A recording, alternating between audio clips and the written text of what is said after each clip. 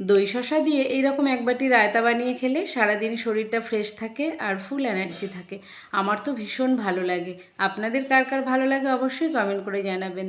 তো চলুন রায়কথা ব্লগসের আরও একটি ব্লগে আপনাদের স্বাগত জানাচ্ছি। আমার রোজ দিনটা শুরু হয় তৃষানের টিফিন প্যাক থেকে। আজকে তৃষানের টিফিনে দিয়ে দিয়েছিলাম ম্যাগি আর একটা শসা 4 ফালি করে কেটে দিয়েছিলাম, আর ছোট সাইজের 2টো চকলেট ফ্লেভারের কেক দিয়েছিলাম। মিঠি চোর, এই এদিকে চলে আয়, দাদার বইগুলো ছিঁড়ছে, একদম বইয়ের কাছে যাবি না, দেখেছো? সেই বইগুলো ধরে আবার বই ধরে টানে। মিঠি, তিশান এসে না তোর দেবে দেখবি, সর ওখান থেকে, সরে যা সরে যা। এদের লাফাচ্ছে কেমন, হ্যাঁ লাফাচ্ছে কেমন। তো তিশানকে রেডি করে দিয়েছি, ওর পাপা ওকে স্কুল নিয়ে চলে গেছে, আর রাইও আজ সকাল সকাল উঠে পড়েছে।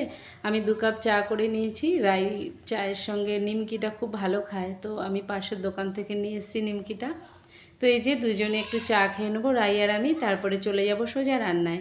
আজকে একটু কচু শাক রান্না করব। তো তার জন্য আমি কড়াইতে চিংড়ি মাছটা ভেজে আগের থেকে কচু শাকটা ভাপিয়ে নিয়েছিলাম। তো ওর মধ্যে রসুন আর একটু শুকনো লঙ্কা ফোড়ন দিয়ে কচু শাকটা রান্না করে নিলাম। এই যে হয়ে গেছে আমার কচু শাকটা। তারপরে একটু উচ্ছে আর ঘি করলা একসঙ্গে কেটে নিয়েছি, এগুলো ভাজা করব।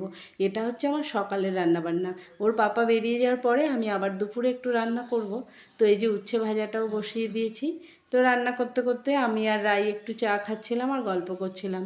তারপরে রান্নাবান্না মোটামুটি সকালের কমপ্লিট হয়ে গেছে। আর ওই তিশানের পাপা সকালবেলা খাওয়ার সঙ্গে একটু টক দইয়ের সঙ্গে শসা দিয়ে এইভাবে রায়তাটা বানিয়ে দিই। উনি শুকনো লঙ্কার গুঁড়ো পছন্দ করে না, আমি একটু কাঁচা লঙ্কা কুচি আর একটু দিয়েছি সন্ধব লবণ। তো এটা দিয়ে ভালো করে এক বাটি রায়তা বানিয়ে দিয়েছি। উনি হাফ খাবেন আর আমার জন্য রেখে যাবে হাফ। তো এদিকে আর একটা রেসিপি বানাচ্ছি, একটু সরু সরু করে আলু কেটে তেলের উপরে একটু পেঁয়াজ রসুন আদা সব কিছু একটু গ্রেট করে দিয়ে দিয়েছি। আলুটা একটু ভাজা ভাজা করে ওর মধ্যে সব রকমের গুঁড়ো মশলা দিয়েছি, শুকনো লঙ্কার গুঁড়ো দিয়ে চিংড়ি মাছগুলো দিয়ে সুন্দর করে নেড়েচেড়ে 1 চামচ দিয়ে দিয়েছি টক দই। তারপরে ভালো করে নেড়েচেড়ে ওর মধ্যে দিয়ে দিয়েছি পরিমাণ মতো একটুখানি জল। এটা হচ্ছে রাইয়ের তরকারি, রাই কিছুই খাবে না, ও এটা দিয়ে খাবে। তো ওর জন্য আমি এটা বানালাম। আর নামানোর আগে দিয়ে দিয়েছিলাম একটুখানি গরম মশলা। এইভাবে চিংড়ি মাছটা করলেও ভালো লাগে খেতে। তো আমার সকালের দুপুরের সব রান্নাবান্না কমপ্লিট হয়ে গেছে। তো এই যে গাটি কচু রুই মাছের একটা তরকারি করেছিলাম, আর ওই যে সব করেছিলাম কচু শাক, তারপরে পার্শে মাছ ভাজা, চিংড়ি মাছ ভাজা আছে, ওটা তিশান কোনটা কি খাবে এখনও ঠিক বলা যাচ্ছে না। তো সব রকম করে রাখি যে যেটা খাবে। আর চিংড়ি মাছটা তো রাই আজকে ওটা দিয়েই খাবে।